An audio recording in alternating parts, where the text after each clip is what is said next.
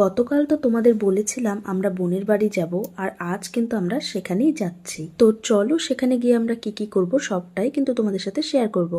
তো এই যে আমি তো প্রথমেই রেডি হয়ে গেছিলাম, এরপরে মিঠাইকেও রেডি করে দিয়েছি, আর এই যে আমরা কিন্তু এখন বেরিয়েও পড়লাম। আর এই যে এখানে মিঠাই গেঞ্জিটা পরে আছে, গতকাল কিন্তু এটা সিসাম থেকে নিয়েছিলাম। আর এদিকে মিঠাই বুড়ির কিন্তু তর সইছে না কখন গিয়েও ভাইকে দেখবে। আর জানো, আমার যেদিনই কোথাও যাওয়ার থাকে সেই দিন বেরোতে বেরোতে এতটাই দেরি হয়ে যায়। আমি যদি কোথাও বলি সকালে যাব, তো আমি গিয়ে দুপুরে পৌঁছই, আর যদি বলি দুপুরে যাব সেখানে গিয়ে আমি সন্ধ্যেতে পৌঁছই। আর দেখো, কোথাও যাওয়ার হলে আমি কতগুলো কাজ একসাথে নিয়ে আসি।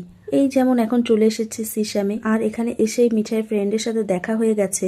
আর এখানে এসেছি কারণ কালকে যে মিঠাইয়ের প্যান্টগুলো নিয়ে গেছিলাম সেগুলো মিঠাই ছোট হয়েছে, সেটাই এখন এক্সচেঞ্জ করব। আর এখানে দুই বান্ধবীর তো গল্প শেষই হচ্ছে না। তো অবশেষে কিন্তু আমার এখানকার কাজ সব হয়ে গেছে, এবার আমি যাব বোনের বাড়িতে। আর এদিকে তো মিঠাই বিরক্ত হয়ে গেছে, বারবার বলছে কখন তুমি ভাইয়ের কাছে যাবে।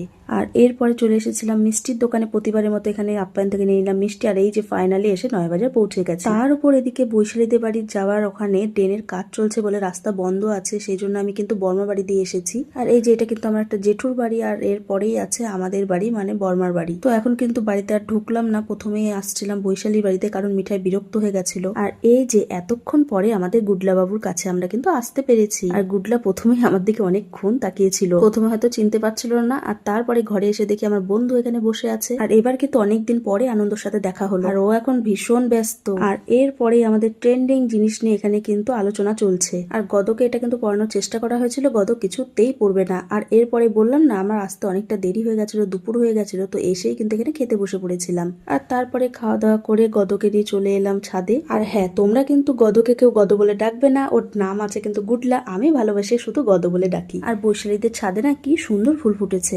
আর এদিকে ঠাকুমার নাতির একটু খেলা চলছে। তারপরে এদিকে মাসি আর ভাগ্নির ছাদ থেকে কথা হচ্ছে। ওই যে দেখতেই পাচ্ছ ওটা আমাদের বাড়ি, আর ওটা আমার কাকুর মেয়ে। আর ওই যে জেঠু আর জেঠিমা দাঁড়িয়ে আছে, মিঠাই এখান থেকে গল্প করছে। মিঠাই এখন আমাদের বাড়িতে যাবে, কিন্তু রাস্তায় কাজ চলছে বলে ও যেতে পারছে না, সেই জন্য আমার কাকুর মেয়ে ওকে নিতে আসছে। মিঠাইয়ের তো এদিকে তর সইছে না কখন ওর মাসি আসবে আর ওকে নিয়ে নিচে যাবে।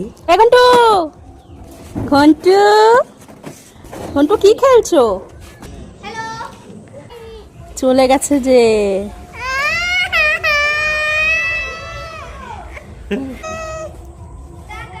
যা, তুই চলে গেলি আর এখানে কাঁদছে। আর এই যে দেখো আমাদের মহন্ত বাড়ির সবচেয়ে ছোট মেয়ে, প্রায় আমার সমান হয়ে গেছে। এটা কিন্তু মিঠাইয়ের ছোট মাসি, তবে ওরা মাসি ভাগ্নি কম, বন্ধু বেশি। এখন ওদের খুনসুটি চলছে। রাম দেখি